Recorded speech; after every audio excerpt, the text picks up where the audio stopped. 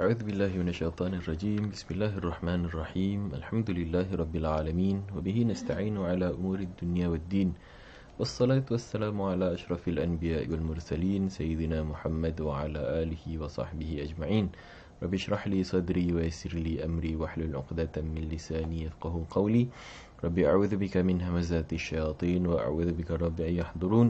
رب إني أعوذ بك من شرور نفسي ومن سيئات أعمالي. إلهي أنت مقصودي ورضاك مطلوبي. أعطنا محبتك ومعرفتك. اللهم اجعلنا من الذين يستمعون القول فيتبعون أحسنه. أولئك الذين هداهم الله وأولئك هم أولو الألباب. Assalamualaikum warahmatullahi wabarakatuh. Apa khabar para penonton, para pendengar? Semoga semuanya dirahmati Allah. Pejam celik kita sudah sampai pun ke 27 Ramadan. Sangat pantas masa berlalu. Semoga masa yang berlalu kita telah dapat memanfaatkan dan telah dapat mengisikannya dengan amal ibadah, dan semoga segala amal ibadah yang kita kerjakan diterima oleh Allah Subhanahu Wa Taala, serta Allah Subhanahu Wa Taala mengampunkan dosa-dosa kita dan mempertemukan kita dengan malam Lailatul Qadar, insya-Allah. Amin. InsyaAllah seperti biasa kita akan menyambung ataupun kita akan mengupaskan beberapa ayat-ayat dalam Al-Quran, khususnya dalam Juz Amma, khususnya insyaAllah kita akan kupaskan dari surah Asy-Syarh. Firman Allah Subhanahu wa taala, a'udzubillahi minasyaitonir rajim. Bismillahirrahmanirrahim. Alam nashrah laka sadrak wa wada'na 'anka wizrak alladhi anqadha dhahrak wa rafa'na laka dhikrak. Sadaqallahul azim. Maksudnya, bukankah kami telah melapangkan dadamu ya Muhammad?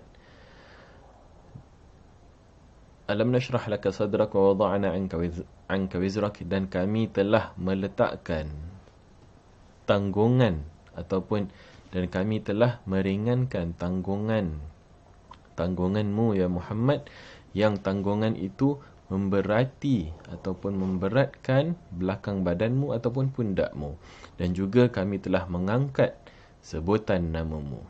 Kita telah kupaskan pada minggu yang lalu bagaimana Allah Subhanahu Wa Taala ataupun apakah maksud dengan melapangkan dada. Pelapangan dada itu apakah maksudnya? Antara maksudnya adalah mengisi dengan ilmu, mengisi dengan hikmah dan juga hidayah. Juga antara lain maksudnya adalah, antara tafsiran para ulama adalah peristiwa pembelahan dada Rasulullah sallallahu alaihi wasallam dan pencucian hati baginda sallallahu alaihi wasallam, dan juga ketenangan yang Allah masukkan ke dalam jiwa baginda sallallahu alaihi wasallam. Dan kita telah perkatakan juga pada minggu lepas bahawa surah ini adalah surah yang menggambarkan keunggulan dan juga kemuliaan Rasulullah sallallahu alaihi wasallam berbanding makhluk-makhluk Allah Subhanahu Wa Taala yang lain. Contoh yang kita berikan adalah Allah Subhanahu Wa Taala memberikan pelapangan dada kepada Rasulullah sallallahu alaihi wasallam tanpa diminta. Tetapi Nabi Musa alaihi salam dalam peristiwa ataupun dalam ayat yang lain, Nabi Musa alaihi salam berdoa kepada Allah Subhanahu Wa Taala dengan doa Rabbishrahli sadri. Maksudnya, Tuhanku, lapangkanlah dadaku. Jadi ini antara kemuliaan Rasulullah sallallahu alaihi wasallam. Kemudian dalam ayat yang kedua dan ketiga firman Allah, Alam nashrah laka sadrak wa wada'na 'anka wizrak, dan kami telah meletakkan ataupun menurunkan tanggunganmu, dan juga allazi anqadha dhahrak, yang memberati belakang badanmu ataupun pundakmu. Apakah tanggungan yang ditanggung oleh Rasulullah sallallahu alaihi wasallam yang sangat berat ke atas baginda? Jadi para ulama menyebutkan di sini ada tiga makna. Yang pertama adalah kerisauan ataupun tanggungjawab, beratnya tanggungjawab sebagai seorang Nabi dan Rasul, yang memikul kerisauan terhadap umatnya. Apakah umatnya akan peroleh kebahagiaan, ataupun umatnya akan mendapatkan hidayah, ataupun umat manusia secara amnya, bagaimanakah keadaan mereka. Itu menjadi kerisauan Rasulullah sallallahu alaihi wasallam. Kedua adalah kerisauan ataupun kehairanan ataupun ketidaksenangan Rasulullah sallallahu alaihi wasallam ketika sebelum baginda sallallahu alaihi wasallam diangkat menjadi rasul. Kita tahu pada zaman belianya Rasulullah sallallahu alaihi wasallam, baginda banyak menghabiskan masa mengasingkan diri di dalam gua Hira.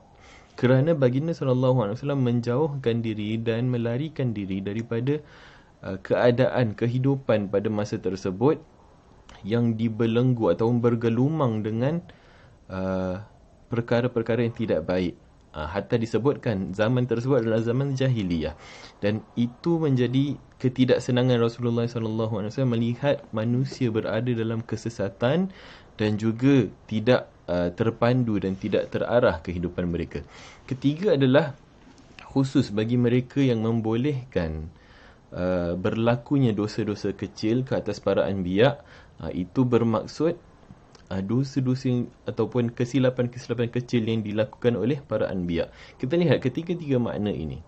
Kalau makna bagi yang pertama adalah beratnya tanggungan sebagai Nabi dan Rasul, bagaimana Allah menurunkan atau meringankan tanggungan tersebut adalah dengan Allah Subhanahu Wa Taala memberinya kemudahan, memberinya kemenangan dan memberi hidayah kepada manusia dan juga meringankan, yakni memberi pertolongan kepada Rasulullah sallallahu alaihi wasallam sekaligus meringankan ataupun memudahkan tugas baginda sallallahu alaihi wasallam sebagai nabi dan rasul. Kedua, makna yang kedua adalah ketidaksenangan Rasulullah sallallahu alaihi wasallam ketika usia belianya melihatkan ketidaktentu manusia pada masa tersebut tidak tentu arah, adalah bagaimana Allah SWT mengangkat atau menurunkan bebanan tersebut adalah dengan Allah SWT memberinya pangkat ataupun memberi Rasulullah SAW kedudukan sebagai Nabi dan Rasul, mengangkat dan mengutusnya sebagai Nabi dan Rasul agar baginda SAW dapat menghilangkan ketidaksenangan tersebut dengan memberi hidayah dan mengajak manusia kepada kebenaran. Untuk makna yang ketiga, kalau diperbolehkan para anbiya untuk melakukan dosa-dosa kecil, bagaimana ianya diangkat dan diturunkan adalah dengan mengampunkan dosa-dosa tersebut yang nyata dalam firman Allah Subhanahu Wa Taala di permulaan surah Al-Fatah. Firman Allah Subhanahu Wa Taala, "Inna fatahna laka fathan mubina liyaghfira laka Allahu ma taqaddama min dhanbik wa ma ta'akhkhar." Sesungguhnya kami telah memberimu kemenangan atau membukakanmu pembukaan yang nyata, dan agar kami dapat mengampunkan ataupun dapat Allah SWT ampunkan dosa-dosa ataupun kesilapan-kesilapan yang dilakukan oleh Rasulullah SAW ataupun kesilapan-kesilapan yang terdahulu. Jadi ini bagi golongan ataupun mazhab yang membolehkan berlakunya dosa-dosa kecil ke atas para anbiya. Tetapi secara amnya, para anbiya alaihimussalatu wassalam adalah golongan yang maksum, maksudnya terpelihara daripada melakukan dosa-dosa kecil maupun dosa-dosa besar. Jadi itu secara rata ataupun secara amnya tentang ayat yang kedua dan ayat yang ketiga. Dan juga kita lihat bagaimana Allah Subhanahu Wa Taala menyebutkan ayat ketiga, allazi anqadha dhahrak. Maksudnya tanggungan itu memberati ataupun sangat mengambil ataupun sangat berat untuk kamu pikul, kerana Allah menggunakan word ataupun perkataan anqadha. Anqadha tu adalah diambil daripada perkataan naqid. Naqid itu maksudnya adalah bunyi. Bunyi naqid itu adalah ibarat bunyi, kalau kita bunyikan jari kita, ini adalah antara bunyi naqid. Tetapi naqid itu adalah bunyi apabila tanggungan diletakkan di belakang badan dan belakang badan kita sampai ada crack-crack. Jadi itu untuk menggambarkan beratnya tanggungan yang dipikul oleh Rasulullah SAW. Dan juga kita lihat pada ayat yang keempat, Allah memberikan kemuliaan kepada Rasulullah SAW dengan menyebutkan, di samping kemuliaan-kemuliaan yang disebutkan dalam ayat yang pertama pelapangan dada, kemudian kemuliaan yang kedua adalah Allah meringankan segala bebanan Rasulullah SAW, dan kemuliaan yang ketiga adalah Allah mengangkat sebutan nama Rasulullah SAW. Maksudnya wa rafa'na laka dzikrak, dan kami mengangkat sebutan namamu. Bagaimana Allah mengangkat sebutan nama Rasulullah SAW dan bagaimana itu menjadi kemuliaan adalah kerana nama Rasulullah SAW digandingkan dengan semulia-mulia nama, iaitu nama Allah Subhanahu wa taala, di mana kita lihat dalam kalimah syahadah kita menyebut asyhadu an la ilaha illallah wa asyhadu anna Muhammadar Rasulullah. Tidak sah syahadat kita kalau kita tidak menyebutkan nama Rasulullah SAW. Juga disebutkan dalam tasyahud kita, dan juga disebutkan dalam khutbah, dan disebutkan dalam azan.